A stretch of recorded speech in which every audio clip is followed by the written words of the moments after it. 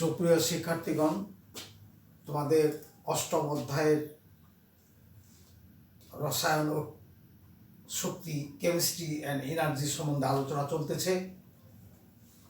আজকে যে বিষয়টা নিয়ে আলোচনা করব সেটা হচ্ছে তড়িৎ রাসায়নিক কোষের প্রয়োগ, অর্থাৎ তড়িৎ রাসায়নিক কোষ কোথায় কোথায় আমরা সেটা প্রয়োগ করতে পারবো সে সম্পর্কে আলোচনা করব।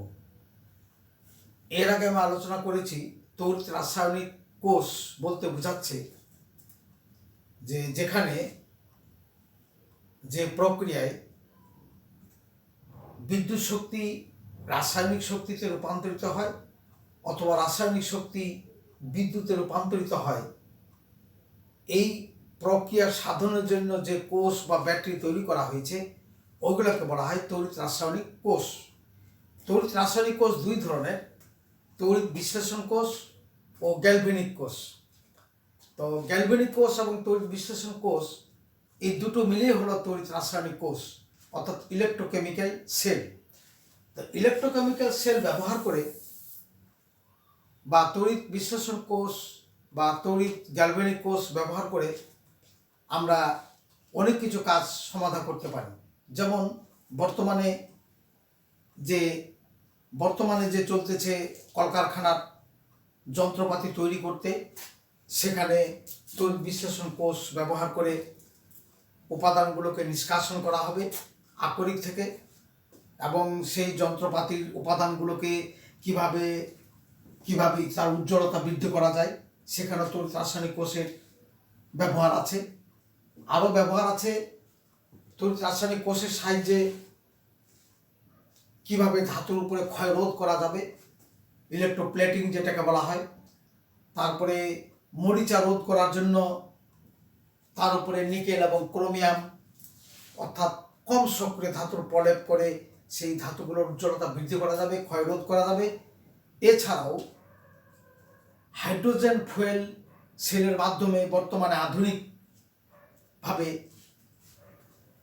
গাড়ি পর্যন্ত চালানো যেতে পারে, এবং রিমোট টর্চ লাইটের ব্যাটারি, ক্যালকুলেটর ব্যাটারি অসংখ্য ব্যবহার হচ্ছে। এগুলো সম্পূর্ণই তড়িৎ রাসায়নিক কোষের বদৌলতে। অর্থাৎ তড়িৎ রাসায়নিক কোষ যদি আবিষ্কার না হতো, মূল্যবান গহনাপত্রের উজ্জ্বলতা ও দীর্ঘস্থায়ী রক্ষণ করার জন্য আমরা বুদ্ধি পাইতাম না। তড়িৎ রাসায়নিক কোষ না থাকলে আমরা আকরিক থেকে ধাতুগুলো নিষ্কাশন করা কষ্টসাধ্য হতো। সেই মূল্যবান ধাতুগুলো যেরকম দস্তা, লোহা, সীসা, ক্যালসিয়াম, অ্যালুমিনিয়াম, জিঙ্ক ইত্যাদি, এগুলো নিষ্কাশনের জন্য তড়িৎ রাসায়নিক কোষের খুব প্রয়োগ। তো আধুনিক হাইড্রোজেন ফুয়েল, সেখানে hydrogen gas, hydrogen fuel cell, এই হাইড্রোজেন ইলেকট্রন ত্যাগ করে হাইড্রোজেন ধনাত্মক হবে, অপরদিকে অক্সিজেন এই ইলেকট্রন গ্রহণ করে এই ঋণাত্মক হবে। এখন এই দুটোর জন্য 4টা ইলেকট্রন লাগবে, তাহলে এখানে জারণ এবং এটা অ্যানোড হিসাবে এটা ব্যবহার করা হবে। আর অপরদিকে এটা হলো বিজারণ, এটা ক্যাথোডে ব্যবহার করা হবে। তাহলে এখানে ইলেকট্রন উৎপাদন হয়ে এখানে ইলেকট্রন শোষণ হবে, ফলে এর মধ্যে বিদ্যুৎ প্রবাহিত হয়ে হাইড্রোজেন ফুয়েল সেল গঠিত হবে। কারণ তড়িৎ বিশ্লেষণ কোষের এইরকমই ব্যাপারটা আছে। তার সাধারণ গঠনটা হলো যে যদি তড়িৎদ্বার তার দ্রবণের মধ্যে নিমজ্জিত করা হয় আংশিক এইভাবে, তাহলে একটা তড়িৎদ্বার থেকে যেখানে ইলেকট্রন উৎপাদন হবে, এই জন্য এটা ঋণাত্মক এবং এটাকে অ্যানোড বলা হবে। এই ইলেকট্রন একটা তার সংযোগ করলে তার উপর দিয়ে ইলেকট্রন প্রবাহিত হয়ে এখানে শোষিত হবে। এখন এখানে একটা বাল্ব দিলে এটা জ্বলে উঠবে। ঠিক তেমনি যেটা বলতে চাচ্ছি, এটাও একটা দ্রবণের মধ্যে আংশিকভাবে নিমজ্জিত করতে হবে, এর মাঝখানে একটা সচ্ছিদ্র পর্দা বা পরাস্পট বা লবণ সেতু দিয়ে এটাকে পৃথক করে রাখা লাগবে। তা ঠিক তেমনি এখানে এই যে ইলেকট্রন উৎপাদন হচ্ছে, ইলেকট্রন শোষিত হচ্ছে, তাহলে এর মধ্যে দিয়ে বিদ্যুৎ প্রবাহিত হচ্ছে। যেমন এখানে তড়িৎ রাসায়নিক কোষ, এখানে ইলেকট্রন উৎপন্ন হচ্ছে, এখানে ইলেকট্রন শোষিত হচ্ছে, এর মধ্যে ইলেকট্রনের প্রবাহটাই হলো বিদ্যুৎ।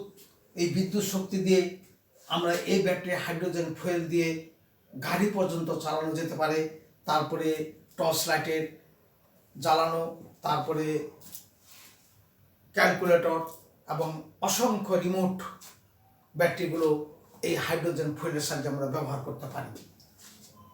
কারণ এখানে এইভাবে হাইড্রোজেন গ্যাস থেকে ইলেকট্রন উৎপাদন হয়ে অক্সিজেন ইলেকট্রন শোষণ করবে।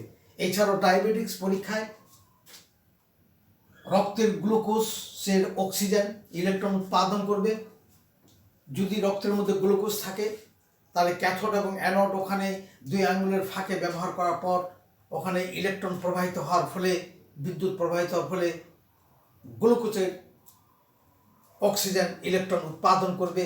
যদি রক্তের মধ্যে গ্লুকোজ থাকে, সেই ইলেকট্রন উৎপাদন থেকে তার রক্তের মধ্যে গ্লুকোজের পরিমাণ নির্ণয় করা যাবে। অর্থাৎ ডায়াবেটিক্স অতি সহজে এই ডিজিটাল পদ্ধতিতে তার ডিসপ্লেতে ওই যন্ত্রে তার কতটুকু গ্লুকোজ বা ডায়াবেটিক্স পরীক্ষার জন্য সহজভাবে এই শেখানো তড়িৎ রাসায়নিক কোষের ব্যবহার আছে।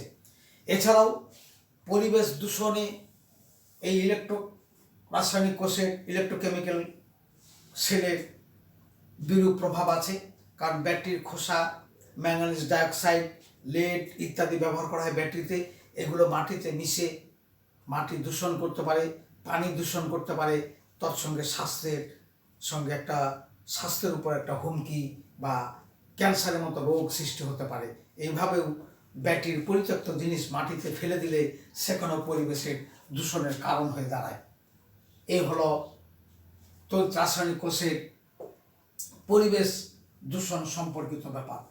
তাহলে আমরা দেখতেছি ধাতু নিষ্কাশন করা যাবে, বিশোধন করা যাবে, ক্ষয়রোধ করা যাবে, উজ্জ্বলতা বৃদ্ধি